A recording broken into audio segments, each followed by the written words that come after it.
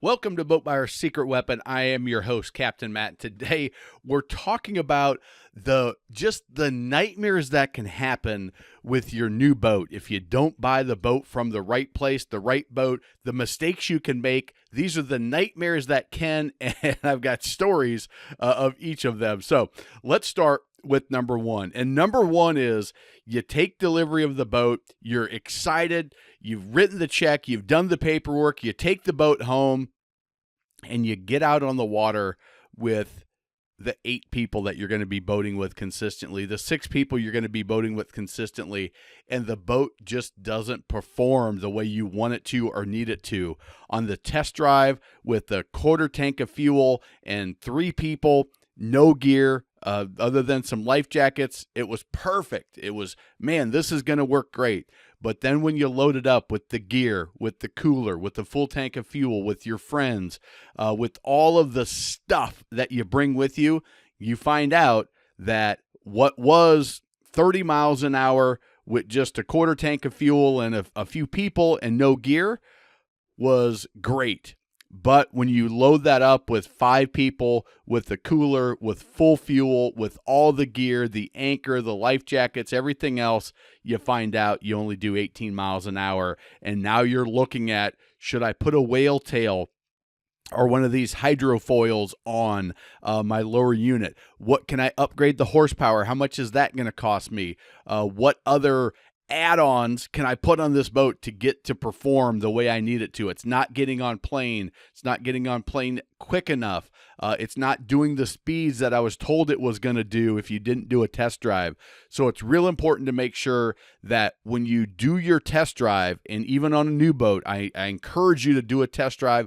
I know it's hard right now during this environment of low inventory, but do the best you can to figure that out. If they're going to give you estimates, go to a place like Boat Test that has some of these numbers.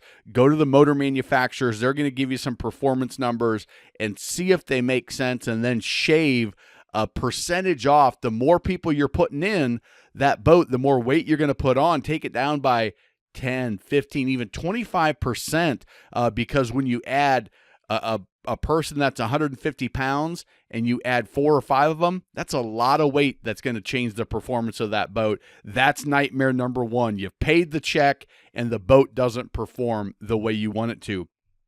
Nightmare number two? Well, nightmare number two is the boat arrives, you get the call from the dealer, but it's not exactly the way that you ordered it. So you thought it was going to have a navy blue stripe on it, or you thought that the upholstery was going to be this color, but they changed the upholstery in the middle of the production run, or it changed to a next year model and they made a modification.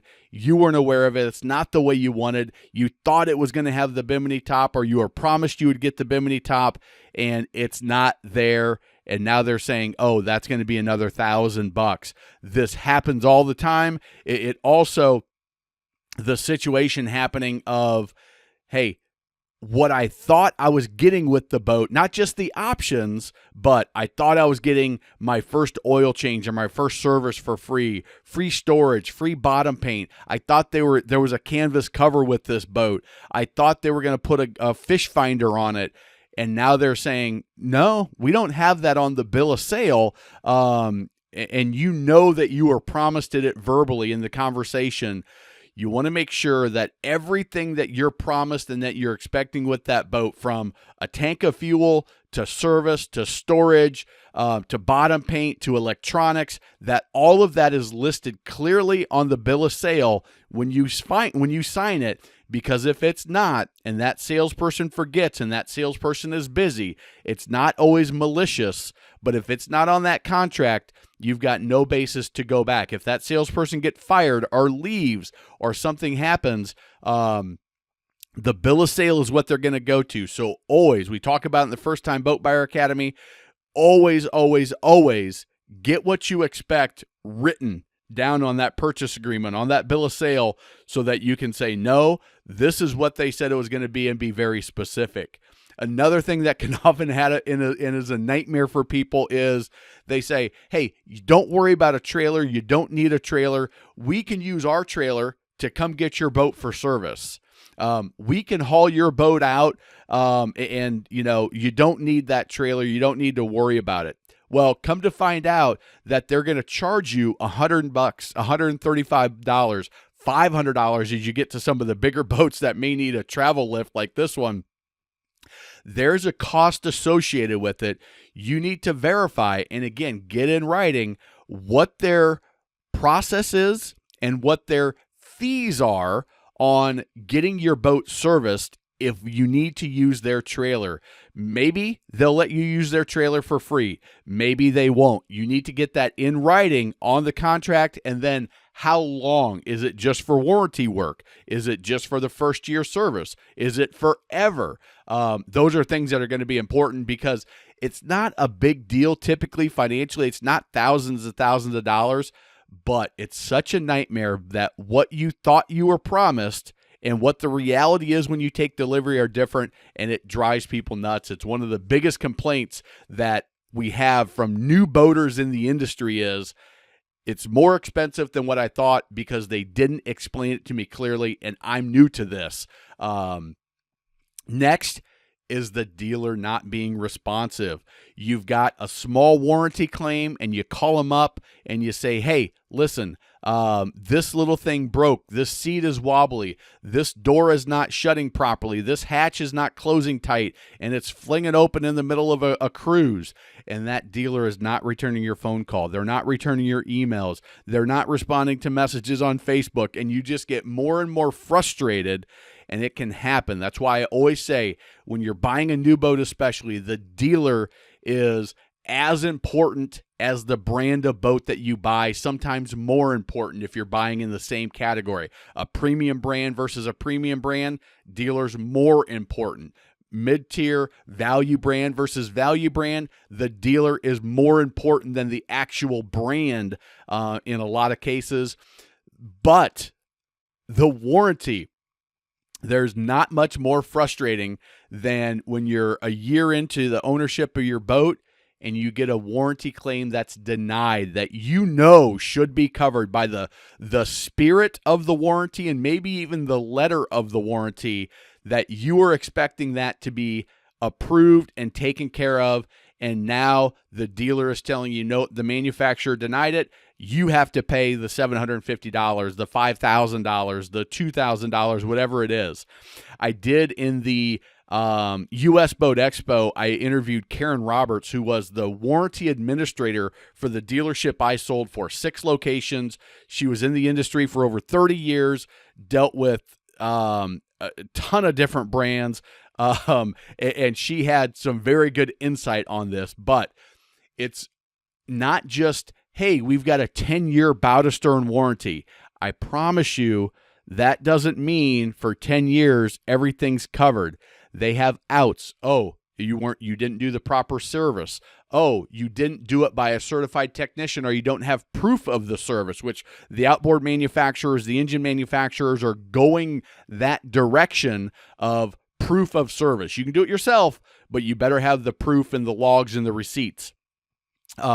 Also, it's the relationship between the boat dealer and the manufacturer. A warranty item that one dealer can easily get approved because they present it the right way, another dealer may not put in the effort, may not know how to work the system properly, and that same claim may get denied. You see it on Facebook all the time. Oh, I had this problem with my seat. Oh, I had that same problem. Dealer took care of it. It was great. And the other guy saying, hey, they denied this warranty. So it's important. That dealer is oh so important yet again, because that relationship is very dealer dependent and even warranty administrator dependent. Who's the one turning in that warranty claim? How are they positioning it? Are they sending pictures? Do they have a history of being detailed in their warranty claims and only submitting good warranty claims? Are they trying to get stuff through that shouldn't be gotten through?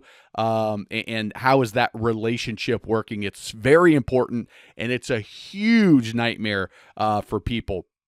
The next is you've got the dealer as responsive, getting your boat in, but now the boat's in for a small service item or warranty claim, and you bring it in July, and August comes, September comes, October comes, and you still don't have your boat back, and it's still not fixed, and you don't get it back for months.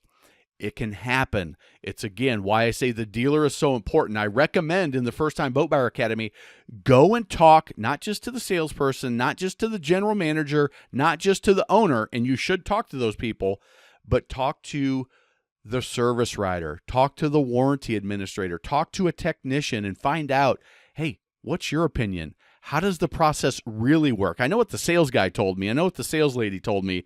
How does it really work? What's your relationship like? What do I need to do to help make your job easier to get my warranties approved? What's your timing look like? What's the response? Hey, if I tell you I have this issue, can I use the boat while you're waiting on parts? Because I know parts are difficult to come by. That relationship with the dealer and that relationship with the service department after you take delivery is as important or more important than the relationship with the salesperson. The salesperson, like when I was selling, I would go into the service department and say, hey, Mr. Jones is wondering what's going on with his boat. What can we do about it? Some salespeople are like, hey, I'm out. I'm going to turn it over to my sales department or my service department. They're going to take it from here. And it's important to have those relationships once you're the boat owner. The next is you ding up your boat yourself, docking it, putting it on the trailer, running it around, hitting a stump, doing something, damaging your boat because you were never properly trained on how to operate your boat. It's why we created the best boat captain on the water training, the single engine version, the pontoon version. The other versions are coming. If your dealer doesn't train you, I encourage you to invest in that system, because there's nobody you can blame when it's your fault. When it's you that ding it up at the docks, when it's you that ding it up on the trailer, when it's you that runs aground, that's a nightmare because there's nobody to blame but yourself. That's why I created that training, is so that you don't have to deal with it. This is an extreme situation. Can't imagine what happened here, but it was not good. Avoid it at all costs by getting trained and understanding how to run your boat properly and having total control with the best boat captain in the water. And next is you wreck the boat or somebody else wrecks the boat on land and you don't have the proper insurance. I'll tell you a story. This happened to a client of mine, one of my favorite families. Herb and Ashley bought a pontoon from me. They had 2 little kids. They loved it. They hung a little basketball hoop on the side, and the first couple of weeks that they had the boat, they put that puppy on a trailer. They drove down to the beach for vacation. They parked it in front of their vacation rental, and we're going to put the boat in the water. That night, little side beach street, car came through, drunk driver, smashed into their boat, totaled their boat, totaled the motor, totaled the trailer. He didn't use the insurance company that I recommended, and he just ran it through his own home insurance company. And sure enough, there was a gap between what they were going to insurance for and what his replacement cost was going to be. Cost him several $1,000s to replace his boat because he had what was, in his mind, full coverage, but because he went with the company that didn't have the right value of the boat policy, he had a huge hit. When he bought his new boat, we helped him out as much as we could, but there was still an out-of-pocket expense because of the wrong insurance. So make sure you get the right insurance. Go watch my video on how to make sure you get the right insurance. I talk about agreed value, replacement value, all of that, and there's even more. That's a big one, and I've seen it happen firsthand, and I want you to avoid that for yourself. If you're looking in the market, check out the First Time Boat Buyer Academy at boatbuyersecretweapon.com/academy or firsttimeboatbuyer.com. If you like the video, give it a like. Leave us your comment. If you had a nightmare experience with your new boat, let us know. Grab that toolkit. It's for free if you want it. And YouTube's recommended some videos. Remember, life truly is better on a boat.